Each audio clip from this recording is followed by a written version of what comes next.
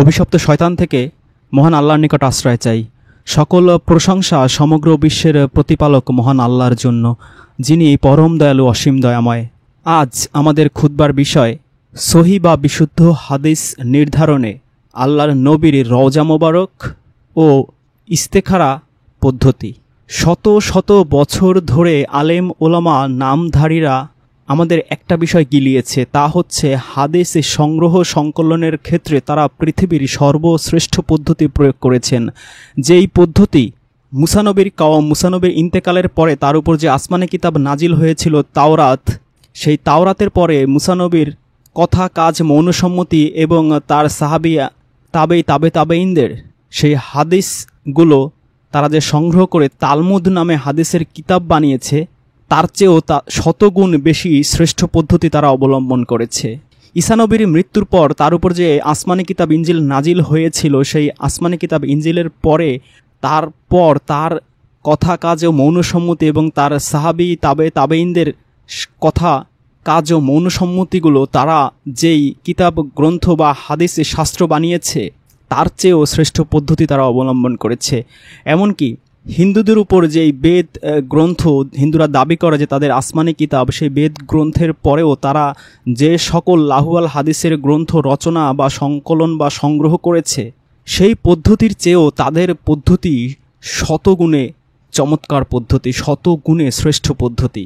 আজকের আলোচনা পুরোটা শুনলে আপনি বুঝতে পারবেন যে তারা যেই পদ্ধতি আবিষ্কার করেছে, যে উসুলে হাদিস পদ্ধতি, তার যে নিয়মকানুনগুলো আলোচনা করার পর আপনি বুঝতে পারবেন যে এগুলো জাস্ট কথার কথা। এই সমস্ত পদ্ধতি অনুসরণ করে 1% হাদিসকেও তারা বিশুদ্ধ বা সহি হাদিস হওয়ার গ্যারান্টি বা ওয়ারেন্টি দেননি, বা এই পদ্ধতি অনুসরণ করে বিশুদ্ধ হাদিস হিসেবে তাদের গ্রন্থে লিপিবদ্ধ করেননি। তারা যেই পদ্ধতি অবলম্বন করেছেন সেটা হচ্ছে আল্লাহর রাসূলের রওজা মোবারক পদ্ধতি, ইস্তেখারা পদ্ধতি। আমরা জানি যে আল্লাহর রাসূল তার উপর যখন আসমানি কিতাব পবিত্র কুরআন নাজিল হয়, সেই কুরআনের পাণ্ডুলিপি আল্লাহর রাসূল যেই শতাব্দীতে মৃত্যুবরণ করেছেন তখনকার সময়কারই পাণ্ডুলিপি পাওয়া যায়, কিন্তু হাদিসের পাণ্ডুলিপি 1100 শতাব্দীর আগে কোনো হাদিসের পাণ্ডুলিপি পর্যন্ত পাওয়া যায়নি। তারপরও ধরে নিলাম তাদের কথাই সত্য, তারা আল্লাহ রাসূলের মৃত্যুর মাত্র 200-300 বছর পরেই হাদিসগুলো সংগ্রহ করেছেন সেই রাবিদের মাধ্যমে। যেই রাবিরা হাদিস বর্ণনা করেছে, সেই রাবি শুনেছিল তার বাবার কাছ থেকে, তার বাবার কাছ থেকে, দাদা চাচা তালই, এইভাবে যারা কবরে শায়িত ছিল 4-5-6 জেনারেশন, 4-5-6 প্রজন্ম, সেই কবরে শায়িত যারা ছিল তারা বলে গিয়েছে সেটা সত্য না মিথ্যা, সহি না হাসান না জয়ীফ, সেটা প্রমাণ করা পৃথিবীর কোনো বিজ্ঞানী, পৃথিবীর কোনো দার্শনিক, পৃথিবীর কোনো মহাজ্ঞানী ব্যক্তির পক্ষেও সম্ভব না। তারপরও তারা দাবি করছেন যে তারা শতভাগ উসুলে হাদিস পদ্ধতি আবিষ্কার যেটা করেছেন, সেই আবিষ্কৃত পদ্ধতি অনুসারে শতভাগ সহি এবং বিশুদ্ধ হাদিস সংগ্রহ করেছেন। তো আমরা দেখি তাদের সেই উসুলে হাদিস এই পদ্ধতি অনুসরণ করে তারা কিভাবে হাদিস সংগ্রহ করেছেন, এবং এটা যে কতটা ভয়ঙ্কর ভাওতাবাজি সেটা আলোচনার পরই আপনি বুঝতে পারবেন। আমরা শুধু ইমাম বুখারী সাহেবের পদ্ধতিগুলো নিয়ে আলোচনা করব, তাহলে আপনি বুঝতে পারবেন যিনি সর্বশ্রেষ্ঠ হাদিসবিদ বা সর্বশ্রেষ্ঠ বিশুদ্ধ হাদিস গ্রন্থের রচয়িতা হিসেবে যাকে বলা হয়, তার যদি এই অবস্থা হয়, তাহলে যারা ছোটোখাটো মুহাদ্দিস বা হাদিসবিদ বা হাদিস সংগ্রহকারী তাদের কি অবস্থা হয়েছিল সেটা খুব সহজেই আপনি উপলব্ধি করতে পারবেন। আমরা উসুল হাদিসের মাত্র 4টা বিষয় নিয়ে আলোচনা করব, তারপর এটা ডিটেইলস অ্যানালাইসিস করব। 4টা পদ্ধতির প্রথম পদ্ধতি হচ্ছে শত শত বা হাজার বছর পরেই হোক না কেন, নবী সাল্লাল্লাহু আলাইহি ওয়াসাল্লাম থেকে আরম্ভ করে শেষ পর্যন্ত সূত্র পরম্পরায় পর্যায়ক্রমে যতজন রাবির মাধ্যমে বা সাক্ষীর মাধ্যমে হাদিসখানা পৌঁছেছে, এক এক করে সমস্ত সাক্ষীর পরিচিতি, নামের তালিকা সুস্পষ্ট রূপে উল্লেখ করতে হবে। কোনো একজনের নামও যেন বাদ না পড়ে, নতুবা হাদিস গ্রহণীয় হবে না। এই ধারাটির সঙ্গে আবার 2টি উপধারা রয়েছে।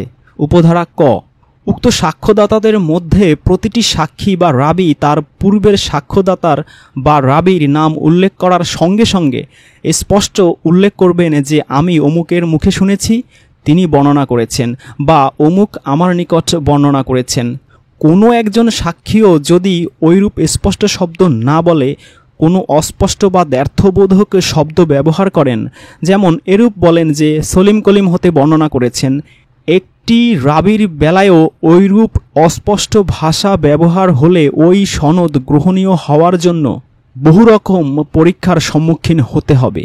ইমাম বুখারী এরূপ সনদ গ্রহণ করার ব্যাপারে সর্বাধিক কড়াকড়ি আরোপ করেছেন।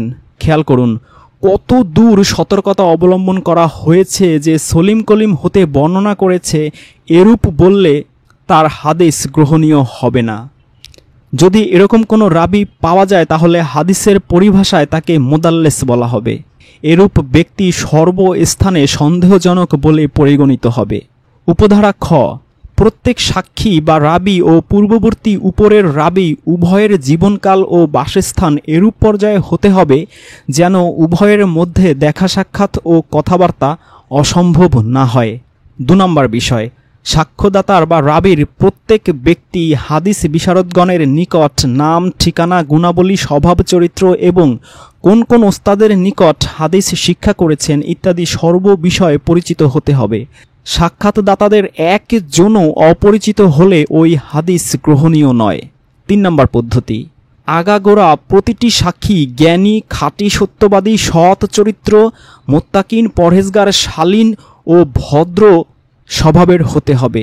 কোনো ব্যক্তি জীবনে মাত্র একবার হাদিস সংক্রান্ত ব্যাপারে মিথ্যা উক্তির জন্য ধরা পড়লে ওই ব্যক্তির শুধু মিথ্যা হাদিসই নয় বরং তার সারা জীবনের সমস্ত হাদিসই অগ্রাহ্য হবে। তওবা করলেও তার বর্ণিত হাদিস গ্রহণযোগ্য হবে না। তাছাড়া অন্য কোনো বিষয়েও মিথ্যাবাদী বলে পরিচিত হলে বা শরীয়ত বিরোধী আকীদা বা কার্যকলাপে লিপ্ত প্রমাণিত হলে বা অসৎ প্রকৃতির লম্পট নীচ স্বভাবের লোক হলে তার বর্ণিত হাদিস গ্রহণীয় হবে না। ৪ নম্বর ধারা, প্রত্যেক সাক্ষী তার স্মরণশক্তি সম্বন্ধে খুবই পাকাপোক্ত, সুদক্ষ ও সুদৃঢ় সংরক্ষক বলে পরিচিত হতে হবে এবং এটাও প্রমাণিত হওয়া অতি জরুরি যে প্রতিটি সাক্ষী তার পূর্ববর্তী সাক্ষ্যদাতা অর্থাৎ ওস্তাদের নিকট হতে হাদিসখানা পূর্ণ মনোযোগের সঙ্গে শ্রবণ করে সবিশেষ মনোযোগের সঙ্গে মুখস্থ করে লিখে রেখে গিয়েছেন। এই বিশেষ প্রমাণ এরকম হবে যে ওই সাক্ষী বা রাবি যে হাদিস আজীবন শত শতবার বর্ণনা করে আসছেন সেগুলোই তাকে বলতে হবে। কোনো সময় তার বর্ণনার মধ্যে এরকম গরমিল যদি দেখা যায় তখন থেকে আর ওই রাবির বর্ণনার কোনো হাদিস সঠিক প্রমাণিত বলে গণ্য হবে না। এই ধারা অনুসারেই বহু গণ্যমান্য হাদিস বর্ণনাকারী ব্যক্তিগণ বৃদ্ধাবস্থায় উপনীত হবার পর তাদের ওই অবস্থায় বর্ণিত হাদিস পূর্ণ নির্ভরযোগ্য বলে পরিগণিত হয়নি। তাছাড়া যাদের সাধারণ কথাবার্তায় বেশি ভুল দেখা গেছে তাদের হাদিসও গ্রহণীয় হয়নি। সমগ্র পৃথিবীর মানুষকে এরকম চ্যালেঞ্জ প্রদান করা যেতে পারে যে হাদিসের বিশুদ্ধতার ক্ষেত্রে বিন্দু মাত্র সন্দেহের অবকাশ নেই। কুরআন যেমন নির্ভুল, হাদিসও ঠিক একই রকম নির্ভুল, এতে কোনো সন্দেহ নেই। বুখারী শরীফের প্রথম খণ্ডের মুখবন্ধ থেকে এই 4টি ধারা আপনাদের পড়ে শোনালাম। এবার চলুন একটু অ্যানালাইসিস করি। এই ধারাগুলোর উপর নজর দিলে সাধারণ শিক্ষিত লোকও মুখ ফিরিয়ে নেবে, কারণ তা মঞ্চ নাটকের সংলাপ ব্যতীত বাস্তবতার ধারে কাছেও নেই এবং রিয়ালিটির কোনো বেজ বা ভিত্তিও নেই। কারণ কি? চলুন প্রথম কারণটা একটু বলি। আমি এর আগের পর্বে হাদিস সংকলনের ইতিহাসের পর্বে বলেছিলাম যে হাদিস প্রতি 7 থেকে 100 জন পর্যন্ত রাবি বা বর্ণনাকারী আছেন। এদের গড়পড়তা হিসেবে হাদিস প্রতি 50 জন রাবি হয়। সুতরাং সুন্নি সমাজের টোটাল সংগৃহীত 30 লক্ষ হাদিসের রাবি বা বর্ণনাকারীর সংখ্যা দাঁড়ায় 15 কোটি। ইমাম বুখারীর 6 লক্ষ হাদিসের রাবির সংখ্যা দাঁড়ায় 3 কোটি। এদের নাম, ঠিকানা, বংশপরিচয়, দৈনন্দিন জীবনের কথা ও কাজের সত্য মিথ্যা, জ্ঞান, বুদ্ধি, স্মরণ শক্তি, জীবনে একটিমাত্র মিথ্যা বলেননি বা বলেছেন ইত্যাদি খুঁটিনাটি বিবরণ সহ 3 কোটি রাবির জীবন বৃত্তান্ত সহ 6 লক্ষ হাদিস শোনা মাত্র মৌখিকভাবে সংগ্রহ করে ইমাম বুখারী একটার পর একটা মুখস্থ করে নিজ জ্ঞান, বুদ্ধি ও বিচার মোতাবেক প্রায় 7,500 হাদিস সত্য, বিশুদ্ধ, সহি বলে গ্রহণ করেছেন। আমরা যদি তার এই কথা সত্য বলেও ধরে নেই, তিনি 6 লক্ষ হাদিস সংগ্রহ করেছিলেন, তাহলে 6 লক্ষ হাদিসের রাবি হওয়ার কথা কমপক্ষে 3 কোটি। তাহলে তার আসমাউর রিজাল লেখার কথা 3 কোটি রাবির, কিন্তু তিনি 3 কোটি রাবির অর্ধেকও লেখেননি।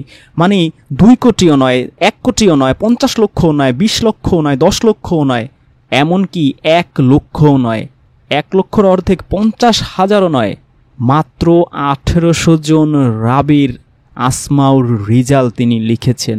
এ থেকেই আপনারা ধারণা করতে পারেন যে এখানে কত বড় ফাঁক রয়ে গিয়েছে। এবার 2 নম্বর পয়েন্টে আমরা একটু আলোচনা করি। একজন মাত্র মানুষের সারা জীবনে একটিমাত্র মিথ্যা বা ভুল বলেননি বা বলেছেন এমন সাক্ষী তার স্বামী বা স্ত্রী, পুত্র বা কন্যা, পিতা বা মাতা কারো পক্ষেই, মানে তার সবচেয়ে আপনজনের পক্ষেও দেওয়া সম্ভব নয়, এমনকি নিজের ব্যাপারেও তা সম্ভব নয়। এমন একটি নিষ্পাপ মাসুম মানুষের পরিচয় আদম থেকে শুরু করে আজ পর্যন্ত কারো জানা নেই। এমনকি নবী রাসূলগণও ভুলের ঊর্ধ্বে ছিলেন না বলেই কুরআন গ্রন্থে সাক্ষ্য দেয়া হয়। 3 নম্বর পয়েন্ট, রাবিদের মধ্যে 2-4 জন রাবির নাম ঠিকানা ভুলে গেলে বা অধিক যুক্ত করলে তা শনাক্ত করার সূত্র কারো জানার কথা নয়। যিনি শুনে শুনে হাদিস ও রাবির নাম ঠিকানা ও জীবন বৃত্তান্ত সংগ্রহ করেছেন, তিনি 2-4টি নাম বাদ দিলে বা সংযুক্ত করলে কার কি করার আছে? 4 নম্বর পয়েন্ট, স্বয়ং ইমাম বুখারী তিনি নিজেই কোনোদিন মিথ্যা বলেননি বা ভুল করেননি, এমন কোনো দলিল বা প্রমাণ কি আছে? মিথ্যা বলিনি, আমি খাঁটি সত্যবাদী, এই বাক্যটা যদি কেউ কোনো কাগজে হাজার হাজার লক্ষবার লিখে কসম কাটে, তাহলে কোনো মূর্খ, গাধা, বর্বর, বোকা, সহজ সরল, উন্মাদ ছাড়া কেউই বিশ্বাস করবে না। কারণ আমরা জানি যে আল্লাহর রাসূলের মৃত্যুর পরই আনসার এবং মুহাজির সাহাবীরা খিলাফত নিয়ে 2 ভাগ হয়ে গিয়েছিল। এমনকি মুহাজির সাহাবীদের মধ্যেও কুরাইশ এবং কুরাইশ বহির্ভূত সম্প্রদায়ের মধ্যেও বিভেদ দেখা গিয়েছিল। এমনকি কুরাইশদের মধ্যেও 2 ভাগ হয়ে গিয়েছিল। এমনকি হযরত উসমানের সময়ও আমরা জানি যে তাকে 30-40 দিন অবরোধ করে রাখা হয়েছিল। হাজার হাজার লক্ষ লক্ষ সাহাবীরা তার বিরুদ্ধাচরণ করেছিল, তার পদত্যাগ দাবি করেছিল। আমরা এও জানি যে হযরত আলী যখন খিলাফতের দায়িত্বপ্রাপ্ত হন, তখন আবু সুফিয়ানের পুত্র মুয়াবিয়া তার বিরুদ্ধে যুদ্ধ ঘোষণা করেছিল, তার খিলাফত মানেনি। যদিও শিয়া সুন্নি সকল মাযহাবেই বৈধ খলিফার বিরুদ্ধে যুদ্ধ ঘোষণা করা বা অস্ত্র ধরা মৃত্যুদণ্ডের শাস্তিযোগ্য অপরাধ, তারপরও তার বিরুদ্ধে যুদ্ধ করে সেই সিফিনের যুদ্ধে 60-70 হাজার সাহাবী মৃত্যুবরণ করেছিল। এমনকি হযরত আলীর বিরুদ্ধে মা আয়েশাও যুদ্ধ করেছিলেন। সেই উষ্ঠির যুদ্ধে 10-15 হাজার সাহাবী নিহত হয়েছিল। যদিও হাদিস শাস্ত্রী আছে যে আল্লাহ রাসূল বলে গিয়েছেন তার সাহাবীরা এতটাই ঊর্ধ্বের, এতটাই পরহেজগার ছিলেন যে তাদের ঘোড়ার পায়ের ধুলার যোগ্য পরবর্তী জেনারেশন হবে না। তাহলে যেই যুগের সাহাবী তাবিরা এত অধিক মর্যাদা সম্পন্ন ছিলেন, এত পরহেজগার ছিলেন, সেই যুগের সাহাবীরাও নিজেরা যুদ্ধ করেন, লড়াই করে শত শত হাজার হাজার মৃত্যুবরণ করেছেন নিজেরাই। যেই যুগে ইয়াজিদ মক্কায় কাবায় আগুন ধরিয়ে দিয়েছিল, 3 দিন অবরুদ্ধ করে রেখেছিল, শত শত নারী শিশুকে ধর্ষণ করেছিল, ইমাম হোসেনকে কারবালায় হত্যা করেছিল, তার দ্বিখণ্ডিত মস্তক রাজদরবারে নিয়ে যাওয়া হয়েছিল, সেই যুগের যদি এই অবস্থা থাকে, তাহলে সেই যুগের 200 বছর পরে ইমাম বুখারী, ইমাম মুসলিম, ইমাম তিরমিজিরা যে তাদের চেয়ে ভালো হবে না, তা তো গ্যারান্টি দিয়ে বলে দেয়া যায়। সুতরাং সেই ইমাম বুখারী, ইমাম মুসলিমরা যতই কাগজে লিখে নিজেরা বলুক যে আমরা এই পৃথিবীর বর্তমান যুগের সর্বসেরা সত্যবাদী, এটা গণ্ডমূর্খ বোকা ছাড়া কেউই বিশ্বাস করবে না। তাহলে হাদিস সত্য, সহি বা বিশুদ্ধ কিনা এটা নির্ণয়ের সূত্র কি? এটা নির্ণয়ের সূত্র শুধু নয়, আসমানি কিতাব নির্ণয়ের সূত্র একমাত্র মহাগ্রন্থ আল কুরআন। কারণ মহাগ্রন্থ আল কুরআনেই বলা আছে যে আমাদের পূর্বের আসমানি কিতাবেও অবশ্যই ঈমান বা বিশ্বাস রাখতে হবে। তাহলে সেই তাওরাত, জাবুর, ইনজিল বা অন্যান্য আসমানি গ্রন্থ যারা দাবি করে যে তাদের কাছেও আসমানি গ্রন্থ আছে, সেটা বেদ হোক বা ত্রিপিটক হোক বা অন্য যে কোনো গ্রন্থ হোক, সেই তাওরাত, জাবুর, ইনজিল বা অন্য যে কোনো গ্রন্থ সত্য কিনা তাও প্রমাণ করা যাবে একমাত্র কুরআনের মাধ্যমে। এজন্যই কুরআনের অপর নাম হচ্ছে ফুরকান। আমরা যদি দেখি যে তাওরাত বা ইনজিলের কোনো লাইন বা কোনো অনুচ্ছেদ বা পরিচ্ছেদ কুরআনের সাথে সাংঘর্ষিক, তাহলে অবশ্যই সেটাকে বাতিলের খাতায় ফেলতে হবে। আর যদি কুরআনের সাথে সাংঘর্ষিক না হয়, তাহলে সেটাকে সত্য হিসেবে বা বিশুদ্ধ হিসেবে ধরে নেওয়া যেতে পারে। তাহলে যেখানে পূর্ববর্তী আসমানি কিতাব যাদের উপর ঈমান রাখা প্রত্যেক মুসলিমের জন্য ফরজ, সেই পূর্ববর্তী আসমানি কিতাবের কোন কোন অধ্যায় বা পরিচ্ছেদ বা কোন কোন লাইন বিশুদ্ধ, সেটা সত্যতার মাপকাঠি নির্ণয়ের চাবিকাঠি যেখানে ফুরকান বা কুরআন, সেখানে যেগুলোর গ্যারান্টি আল্লাহ দেননি, যে সমস্ত কিতাব আসমানি কিতাব হিসেবে আল্লাহ ঘোষণা দেননি, সে সমস্ত বুখারী শরীফ, তিরমিজি শরীফ বা সুনানে আবু দাউদ, সুনানে নাসাই বা শিয়াদের উসুলুল কাফি থেকে নাহাজুল বালাগা থেকে শুরু করে অন্যান্য সকল গ্রন্থের সত্যতা নির্ণয়ের মাপকাঠি কুরআন ছাড়া অন্য কেউ যদি কিছু নির্ধারণ করে, সে বোকার স্বর্গে বাস করছে এবং আল্লাহর কুরআনকে অস্বীকার করার মহাপাপে সে পাপিষ্ঠ হবে। সুতরাং কোনো হাদিস, আল্লাহ রাসূলের মৃত্যু 200-300 বছরের পরে সংকলিত কোনো হাদিস বিশুদ্ধ বা সহি কিনা তার নির্ণয়ের একমাত্র মাপকাঠি হচ্ছে পবিত্র কুরআন। সেই মাপকাঠি এড়িয়ে গিয়ে এরকম আসমাল রিজাল বা যতই সহি হাদিস নির্ণয়ের ধারা উপধারা শত শত লেখা হোক না কেন, তার দুয়ানার মূল্য কোনো পাক্কা ইমানদারের কাছে থাকার কথা নয়। এজন্যই আমরা যখন এই ফুরকান বা কুরআনের সাহায্যে এই হাদিসগুলো মাপতে যাই, তখন হাজার হাজার লক্ষ লক্ষ হাদিস দেখি যে কুরআনের সাথে সরাসরি সাংঘর্ষিক। এমনকি আহলে হাদিসের বহু বক্তা ওপেন ঘোষণা দিয়েছেন যে 3 লক্ষ জাল হাদিস আছে। ছোটবেলায় আমরা আমাদের স্কুল কলেজে যে হাদিস শিখতাম যে আল্লাহর রাসূলের চলার পথে যে বুড়ি কাটা দিয়েছিল, দেশপ্রেম ইমানের অঙ্গ, মায়ের পায়ের নিচে জান্নাত, এই সমস্ত অতি বিখ্যাত হাদিস যেগুলো মাত্র 20 বছর আগেও 10 বছর আগেও আমাদের মুখস্থ কণ্ঠস্থ ছিল, সেগুলো ডাহা মিথ্যা হিসেবে বর্তমানের আহলে হাদিসের শত শত আলেম ওলামারা নিজেরাই এখন ওয়াজ মাহফিলের ময়দানে উচ্চ স্বরে চিৎকার করে বলে বেড়ান। সেক্ষেত্রে যেগুলো কম পরিচিত হাজার হাজার লক্ষ লক্ষ হাদিস আছে, সেগুলো চোখ বন্ধ করে শতভাগ বিশুদ্ধ বা সহি হিসেবে যে মনে প্রাণে বিশ্বাস করে, সে বোকার স্বর্গে বাস করছে এবং সে মহাগ্রন্থ পবিত্র কুরআনকে পরিপূর্ণ জীবন বিধান হিসেবে অস্বীকার করছে।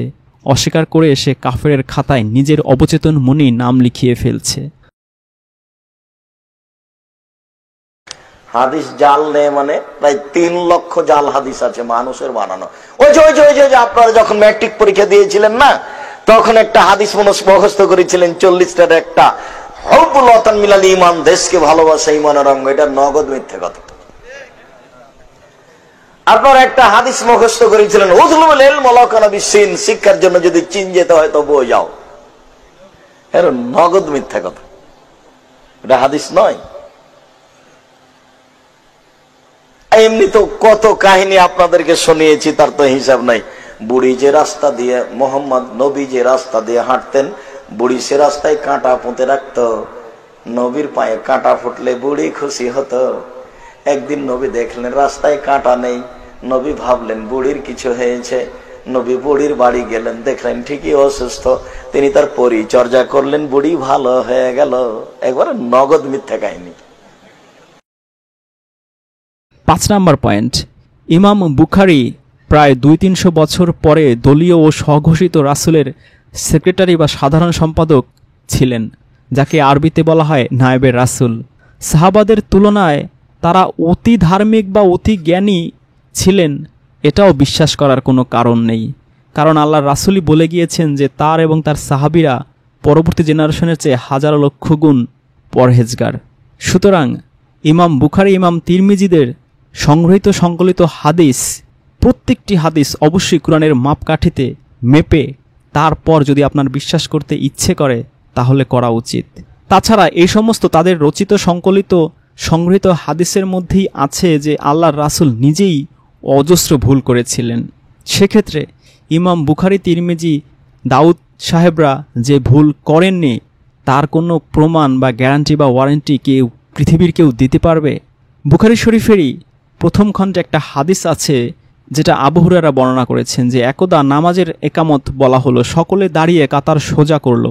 হযরত রাসূলুল্লাহ সাল্লাল্লাহু আলাইহি ওয়াসাল্লাম নামাজ পড়াবার জন্য আসলেন। তিনি যখন জায়নামাজে দাঁড়ালেন, হঠাৎ তার মনে পড়ল তিনি ফরজ গোসল করেননি। তিনি সকলকে অপেক্ষা করতে বললেন এবং তৎক্ষণাৎ গোসল করে আসলেন। তার মাথার পানি তখনও ফোঁটায় ফোঁটায় পড়ছিল। এমতাবস্থায় তিনি নামাজ আরম্ভ করলেন এবং আমরা সকলেই তার সঙ্গে নামাজ পড়লাম। বুখারী শরীফের এই হাদিসই জ্বলন্ত প্রমাণ যে আল্লাহর রাসূল নিজে ফরজ গোসল করতেও ভুলে গিয়েছিলেন। আরেকটা হাদিস দেখি, সেটাও বুখারী শরীফেরই।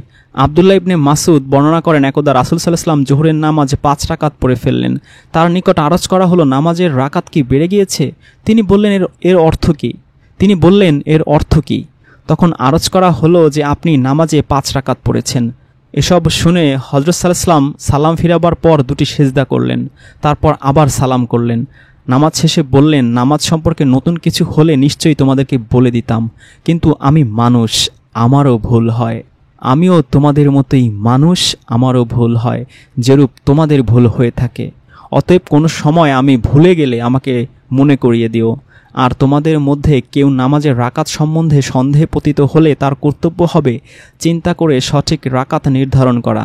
সে তার ভিত্তিতেই নামাজ পূর্ণ করবে, অতঃপর সালাম করে 2টি সিজদা করবে।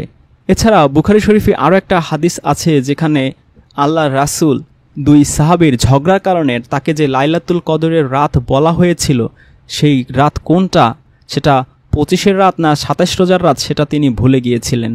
সুতরাং এই 3টা হাদিসের মাধ্যমে আমরা বুঝতে পারলাম যে এই হাদিস শাস্ত্রবিদরাই নিজেরাই প্রমাণ করছেন বা করতে চাইছেন যে আল্লাহর রাসূল নিজেই অসংখ্য ভুল করেছেন। সেক্ষেত্রে এই ইমাম বুখারী সাহেব যে জীবনে কোনো ভুল করেননি, তিনি যে দুধে ধোয়া তুলসী পাতা অথবা তিনি সাহাবীদের চেয়েও বেশি পরহেজগার ছিলেন বা সাহাবীদের চেয়েও বেশি আল্লাহওয়ালা ছিলেন, সেটা বিশ্বাস করাও এই তাদের সংকলিত হাদিস শাস্ত্রেরই বিরোধী। কারণ তিনি যত বড়ই ভালো মানুষ ঘোষণা দেওয়ার চেষ্টা করুন না কেন, তিনি সেই সাহাবীদের ঘোড়ার পায়ের ধুলার চেয়েও নিম্ন স্তরের মানুষ, এই তাদের সংকলিত হাদিস থেকেই প্রমাণ করা যায়। তাহলে তারা এই হাদিস যে এত লক্ষ কোটি রাবীদের তাদের জীবনী আসমাউর রিজাল লিখেছেন বা এত সূক্ষ্ম সতর্কতার মাধ্যমে হাদিসগুলো সংগ্রহ করেছেন, এই সংগ্রহ করে কি সেগুলো তারা বিশুদ্ধ হাদিস হিসেবে কিতাবে স্থান দিয়েছেন? না, দেননি। তাদের জীবনী পড়লেই আপনি দেখতে পাবেন যে সেখানে বলা হচ্ছে যে ইমাম বুখারী এই 6 লক্ষ সংগ্রহিত হাদিস নিয়ে আল্লাহর রাসূলের রওজা মুবারকের পাশে গিয়েছেন, গিয়ে সেখানে ইবাদত বন্দেগীতে দিন গুজরান করেছেন এবং ইস্তেখারার নামাজ আদায় করেছেন। ইস্তেখারার নামাজ আদায় করার পরে ইলহামের মাধ্যমে হোক বা যে কোনোভাবেই হোক, ইস্তেখারার নামাজের পর স্বপ্নেও পাওয়া যায়, আবার নিজের মন যেদিকে ঘোরে সেদিক থেকেও পাওয়া যায়। ইস্তেখারার সম্পর্কে আপনি একটু পড়াশোনা করলে বুঝতে পারবেন। তার মানে তিনি স্বপ্নে পেয়েছেন অথবা তার মন বলেছিল যে অমুকটা হয়তোবা অমুক হাদিসটা হয়তোবা সঠিক। এইভাবে 6 লক্ষ হাদিস থেকে তিনি মাত্র 7,500 হাদিস তার কিতাবে স্থান দিয়েছেন। তার মানে এই যে এত সময় ধরে আপনারা শুনলেন যে হাদিস, বিশুদ্ধ হাদিস সংগ্রহের এত শত উসুলে হাদিস পদ্ধতি, এত নিয়ম কানুন, আসমাও রিজাল টিজাল সবই আসলে ভ্রান্ত প্রমাণিত হয়। কারণ এই সমস্ত নিয়মকানুন রীতিনীতি অনুসারে তিনি তার যদি পালনই করা হতো তাহলে 6 লক্ষ হাদিসই তার কিতাবে স্থান পেত।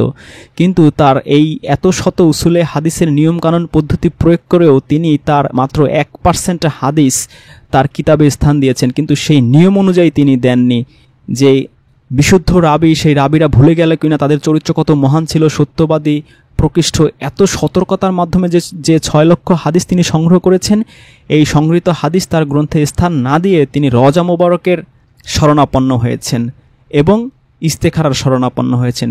শরণাপন্ন হয়ে তারপর তার জ্ঞানে যেটা ধরেছে, তার মেধা যেটা ধরেছে, সেটা আল্লাহ ইলহাম করেছেন না ইবলিস শয়তান তাকে ইলহাম করেছেন, এটা একমাত্র আল্লাহ পাকই ভালো বলতে পারবেন। কিন্তু আল্লাহ পাক পবিত্র কুরআনেই বলে দিয়েছেন যে আমি প্রত্যেক নবীর শত্রু হিসেবে কিছু মানুষ ও কিছু শয়তান লাগিয়ে দিয়েছি, যারা এই ওহির পরে এই লাহুয়াল হাদিস ঢুকিয়ে দেবে।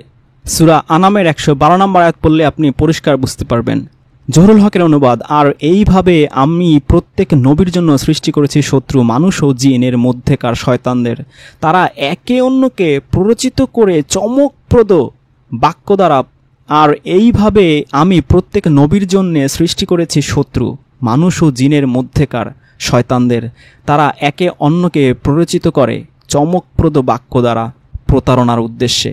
আর তোমার প্রভু যদি ইচ্ছা করতেন তবে তারা এ কাজ করতে পারত না। অতএব ছেড়ে দাও তাদের আর তারা যা মিথ্যা রচনা করে তা। তাহলে আমরা দেখলাম সূরা আনামে 112 নম্বর আয়াতে আল্লাহ ঘোষণা দিচ্ছেন যে তিনি মানুষ ও জিনদের মধ্য থেকে শয়তানদের নিয়োজিত করে দেন, যারা এই চমকপ্রদ হাদিস দ্বারা প্রতারণার উদ্দেশ্যে অন্যকে প্ররোচিত করে। এবং আল্লাহ যদি চাইতেন তাহলে তারা এটা করতে পারত না। তার মানে আল্লাহ ছেড়ে দিয়েছেন, কর তোরা যা খুশি।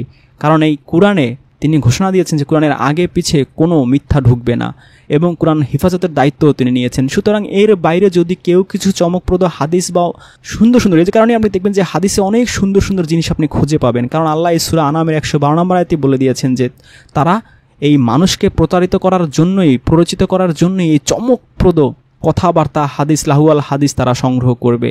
এবং আল্লাহ এটার পারমিশন দিয়ে দিয়েছেন, যাতে করে এটাই প্রমাণিত হয় যে কে আল্লাহর কোরআনকে পরিপূর্ণ জীবন বিধান মানে, কে আল্লাহর কোরআনকে পূর্ণাঙ্গ কিতাব মনে করে, পূর্ণাঙ্গ দিন মনে করে, আর কে পূর্ণাঙ্গ দিন মনে করে না।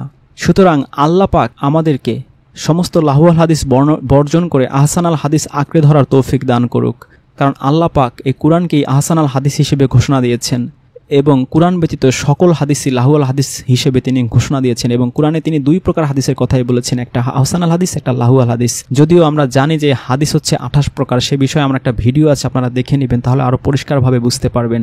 তো ইমাম বুখারীর আলোচনা আজকে করা হলো, যিনি আসলে এই উসুলে হাদিস বা এত নিয়মকানুন নীতিরীতির ধার ধারেননি, এবং এই নিয়মকানুন অনুযায়ী তিনি যদি হাদিস সংকলনের বই লিখতেন, হাদিস বুখারী শরীফে 6 লক্ষ হাদিসই স্থান পেত। তিনি রাসূলের রওজা মোবারক এবং তার সেই ইস্তেখারা পদ্ধতিতেই হাদিস সংকলন করেছেন, হাদিসকে বিশুদ্ধ হিসেবে ঘোষণা দিয়েছেন, সহিহ হিসেবে ঘোষণা দিয়েছেন। এবং এই হাদিস গ্রন্থকে যারা শতভাগ বিশুদ্ধ হিসেবে মনে করে তারা বোকার স্বর্গে বাস করছে। আল্লাহ পাক আমাদের সকলকে সহিহ বুঝ দান করুক। আলহামদুলিল্লাহি রাব্বিল আলামিন।